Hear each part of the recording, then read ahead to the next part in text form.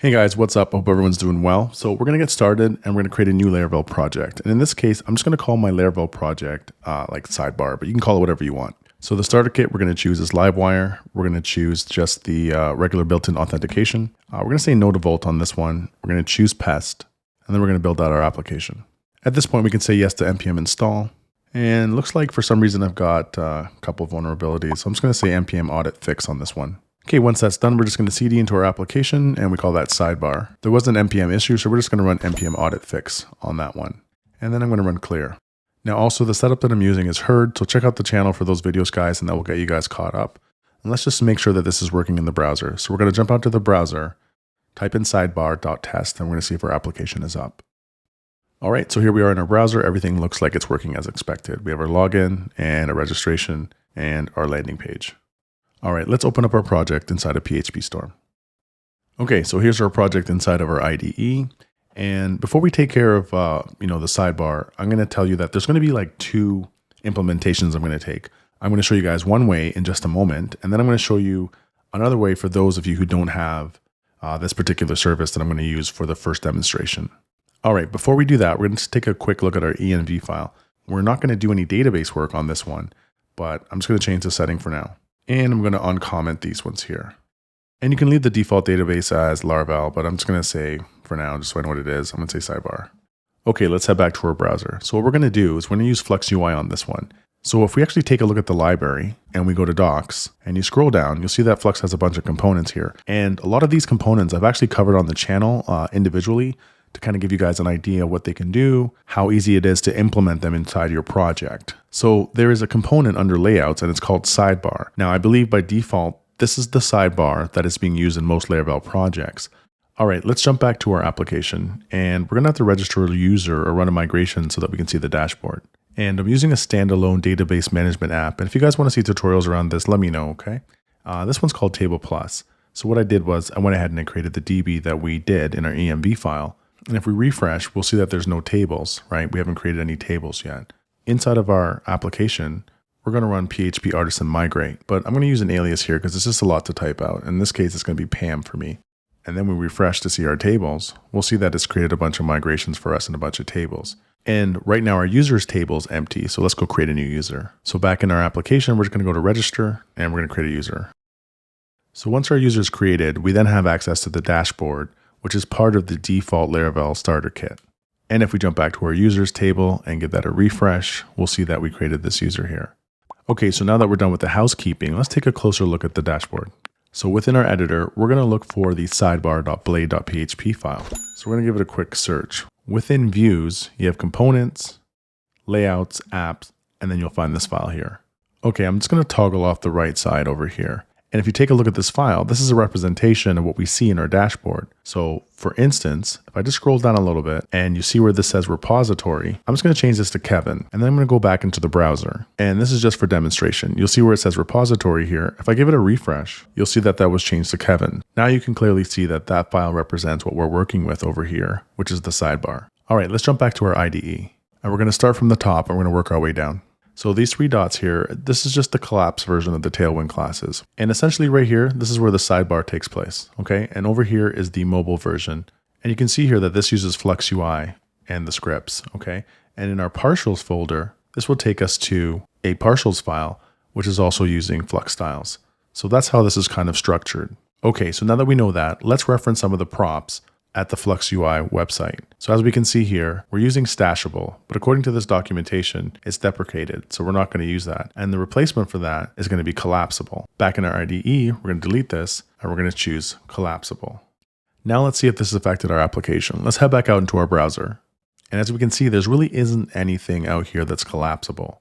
Let's head back to the sidebar, the Flux documentation, and we'll notice that if we scroll a little bit further down here, you'll see a thing that says Flux Sidebar Header. And there's a thing right here below, it says default, and it says content for the sidebar header, typically containing brand or collapse button. So we need to create something called a sidebar header. And within that sidebar header, we can have a brand, so sidebar.brand. And then within that, we can have another thing that's called sidebar.collapse. So let's work on that. Let's take these three things and then we'll implement them into our original sidebar that we have in our IDE that came with our starter kit. So let's jump back into the IDE, and you don't have to do this, but I kind of like to label these things here. So I know this is the sidebar. It's clearly evident. You can read it here, but just at a quick glance, I will add a comment. We're going to leave this sidebar.toggle for now. And if we open up this anchor tag, we'll see that this is where the logo goes. This is where our application logo resides. And if we open up this nav list, you'll see that this is where we have this heading platform. And then below that, we have the actual nav list item. So we're going to work with this. So we're going to take these three and we're going to collapse them again.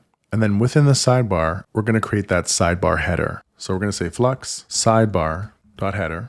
And then within this component, we can have our brand, and then we can have the collapse. So if you really wanted to, we could just take this here, we could cut this out, paste it here, and we have our brand. And then below our collapse comment, we can have flux sidebar.collapse here. Then we'll head back into our browser and we'll see how we made out with our changes. So if I click refresh inside of the dashboard, we'll now see that we have this little toggle icon, which we didn't have before, and that's that collapsible Flux component. And the nav list item just went to the top because we changed the order. So let's just zoom in for now to give you guys a better view of this. So what would happen if we click this toggle sidebar icon? So we click it and it kind of looks like it's working, but not really. So our nav list item shows the icon, but then there's some more stuff over here. And then it's not quite flushed or closed or just showing the single icons by themselves. And we can clearly see that the toggle icon is on top of the logo. So let's fix this. Let's head back over to our IDE. So remember we talked about the brand and we moved it inside of this sidebar.header file. Well, what we're going to do is we're going to actually use a component that is dedicated for this. So we're going to say flux sidebar.brand. And then within that, and we can say route, and we're going to use the dashboard route. We could also add a name attribute. And this could be anything you want, but we're just going to grab the name that we called our app. And you can add a class for any kind of configuration you want to do with Tailwind CSS. And at this point, what's inside this anchor tag kind of becomes redundant. So this just leads to the application logo within our project when it was created. So we're just going to delete this. And we could add a wire navigate to the end of this as well if we wanted to. And then within this, we can then add a slot for your logo. Then we can come up here and delete this flux nav list item, which is just holding that dashboard link in the old component. And then here I'm going to create a div with some Tailwind classes. I would like it rounded. And finally, I want the size to be 12. And then instead of a logo, I'm just going to place text inside of here. So I'm just going to use an I tag.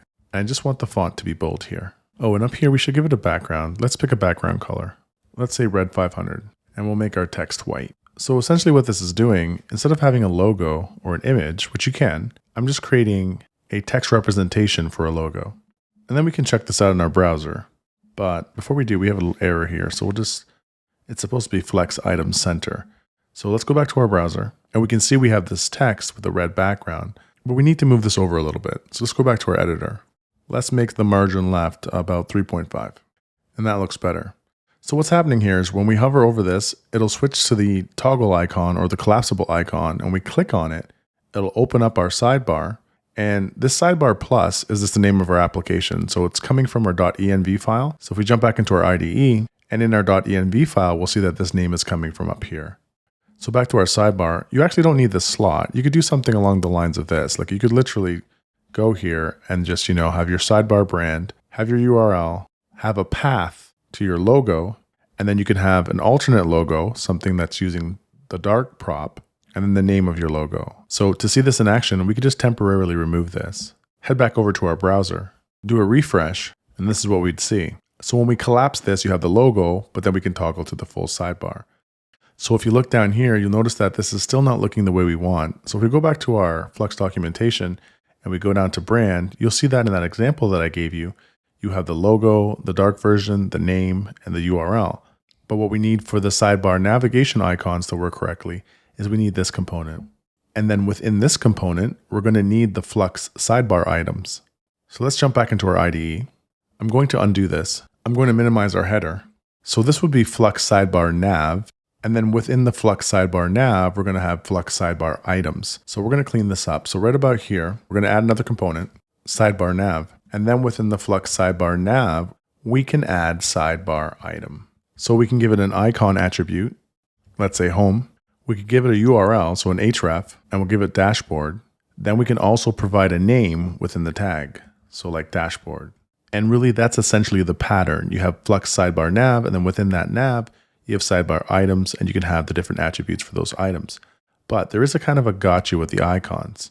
So Flux uses a couple libraries for their icons. If we go to icons over here, we'll scroll to the top. We can see that we can use things like Here Icons. If you click on this is an icon library by the guys who make Tailwind CSS, and you can select your icons here. You can copy the SVG if you'd like, or in Flux UI, you could call them like this, Flux icon and the name of the icon. So the approach that I normally take is I go to the Flux icon component. You'll see that they have another icon library down here called Lucid. And the way you would conveniently import your icons is PHP Artisan Flux and then the name of the icon. So if we went to Lucid Icons, then I could view the icons. And if I was looking for a home icon, I'd hover over it. And I guess in this case, it's called House. I'd head back over to my IDE. I would change this to House. And then within my terminal, I'd run the command PHP Artisan Flux icon, and it would be House. And then we'll take a look at this in our browser. But before we do, it looks like I've got a typo here. There we go. That's how it should be. And let's jump back into our browser, and you'll see that we have the icon from Lucid, the dashboard, and there's some additional styling. Now, if we click on the toggle, we'll see that it just has the house icon and then the name that that icon represents over here when you hover on it. So now we can clean these up. So I'm going to clean this up. I'm going to delete the old nav list, and I'm going to add some more icons. So we're using the same pattern, and I've added a few more icons, and there's different attributes on the sidebar items. In this case, you can also add a badge and style it however you wish.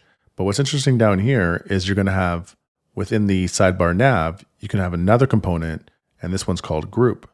So you can have a group of sidebar items that has a heading, and you can choose whether or not it's expanded. So if we go back into our browser and we check this out, we can see the items that we've added to our sidebar nav. And when we collapse this, we can see that they're working as expected. And when we toggle the group, we will see that we have nested sidebar items within that group. And if we jump back over to our Flux documentation, we can easily add a search component. We've already done the nav. We did the sidebar items. We did the group, and you can do a profile item as well. And just so you know, these aren't paid components. I have a feeling that perhaps an update to the Laravel framework will include this instead of the default layout that was originally created with the starter kit. So we'll change this to sidebar spacer. We will edit the desktop dropdown, and inside of the desktop dropdown, we'll change the profile to be consistent with the other components. We can even add another subset of navigations below the sidebar spacer. You can even give these groups a slot and place an icon within them, like so, and then import the icon from the Lucid library using terminal. And then when we take a look in the browser, we've now prefixed the admin group with the settings icon, and we set expand to false. So when we click on it, we then see the sidebar items within the group. The drop-down profile still stays the same. And when we collapse the sidebar, if we go down to admin, we now get the group with the list of items within it. And don't forget, you could customize this however you see fit. You could add accent colors, change the sidebar color, add smoother animations. Perhaps the sidebar navs would get longer and have more content. You can make it scrollable. So there's a lot of customization that you can do around this, guys, for very little effort. Now, I went through this fairly slowly, and I kind of wanted to handhold you on this. But when I'm doing projects, this is at best a 5 to 10 minute implementation. I can see that one of the disadvantages to this technique is that you're kind of stuck with some opinionated styles. But in an upcoming video, I'm going to show you how you can add some more customization to your sidebars. If you watch this video to the end, don't forget to like and subscribe. Take care, and I'll see you guys in the next one.